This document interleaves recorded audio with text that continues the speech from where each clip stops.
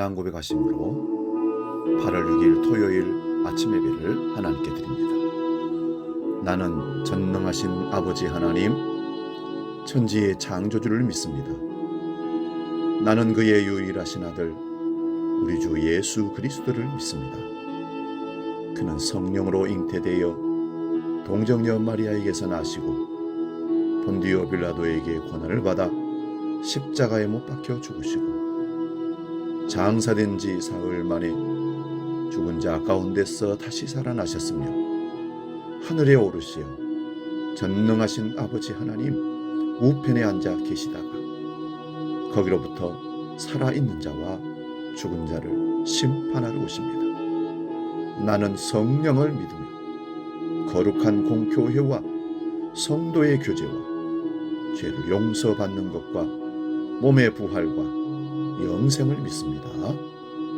아멘.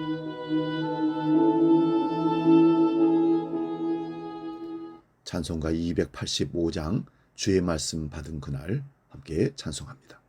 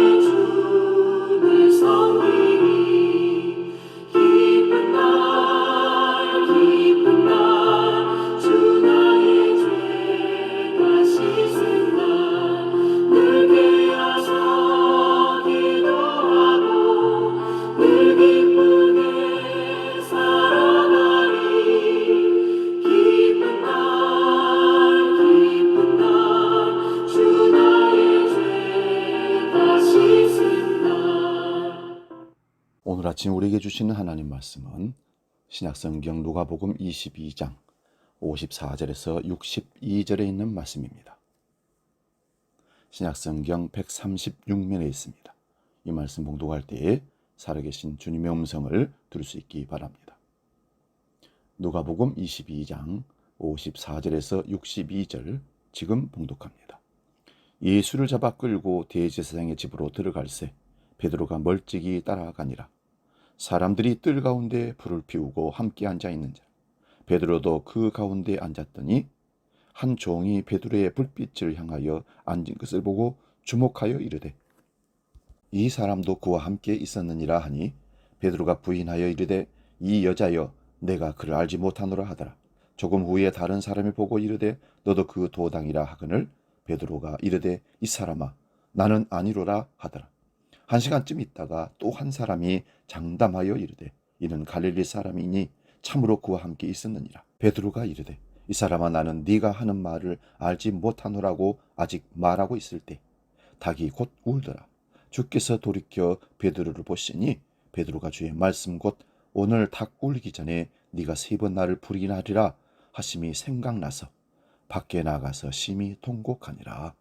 아멘. 오늘 봉독한 말씀 61절의 말씀을 중심으로 주의 말씀이 생각나서 이런 제목으로 말씀을 상고하면서 은혜를 나눕니다. 주의 말씀이 생각나서 사람에게 말을 자주 주입시키고 훈련을 하면 그 말이 생각에서 떠나지 않고 머물러 있게 된다는 것입니다. 그래서 우리는 자주 암송을 하고 반복합니다. 기억하고 오래 간직하기 위해서 그렇습니다. 그렇듯이 우리가 하나님 말씀과 늘 함께하고 주님과 동행하려면 주의 말씀을 우리 마음에 심어야 합니다.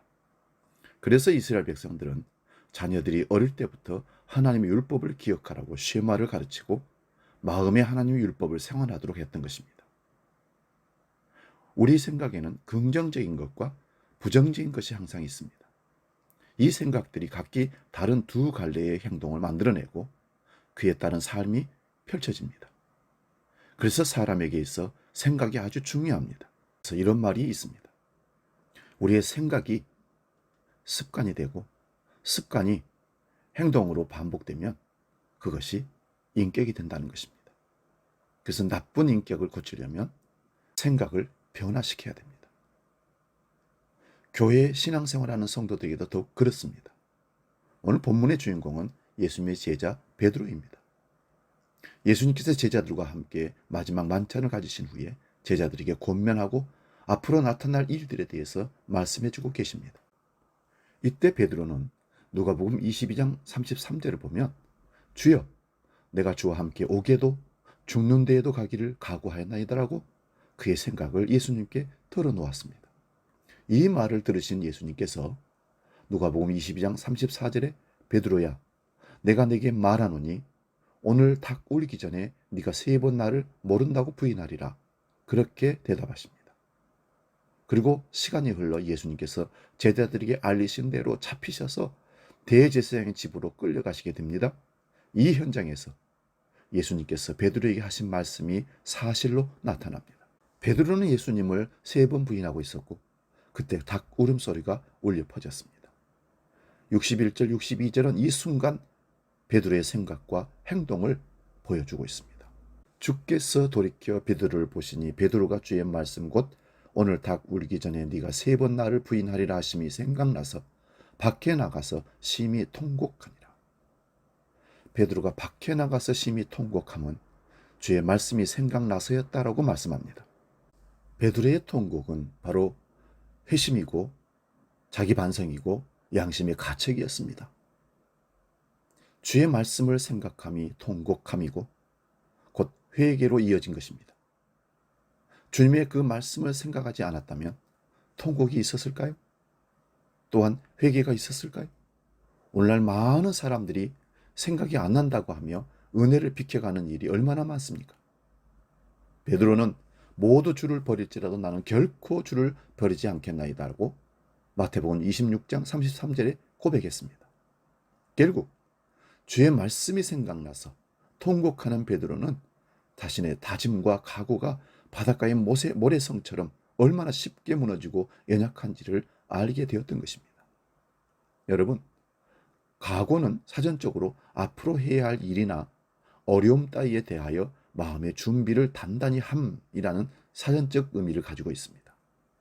그런데 그는 이러한 각오를 지켜내지 못한 것입니다. 인간의 각오와 결단이 얼마나 무능하고 연약한지를 알 수가 있습니다. 환경을 따라 여건에 따라서 분명히 바뀔 수 있다는 것입니다. 하지만 주의 말씀이 생각나서 통곡한 베드로의 삶의 방향을 빠르게 돌려 잡았습니다.